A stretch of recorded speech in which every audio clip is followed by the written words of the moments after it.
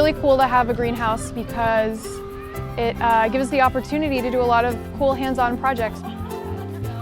We're definitely learning how to take care of plants, which can help for the environment, as opposed to like having to buy a plant at the store.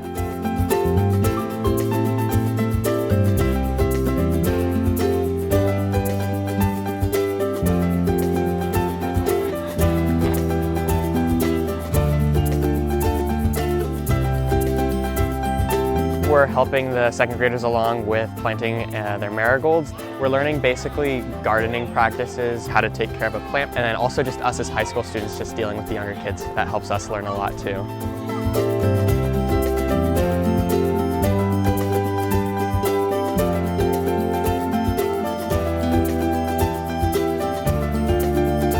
The parent volunteers were so happy, and a couple of them even remarked to me, "Oh, this is so special." And I said, "Oh, it was grown with love." The kids really enjoyed growing them.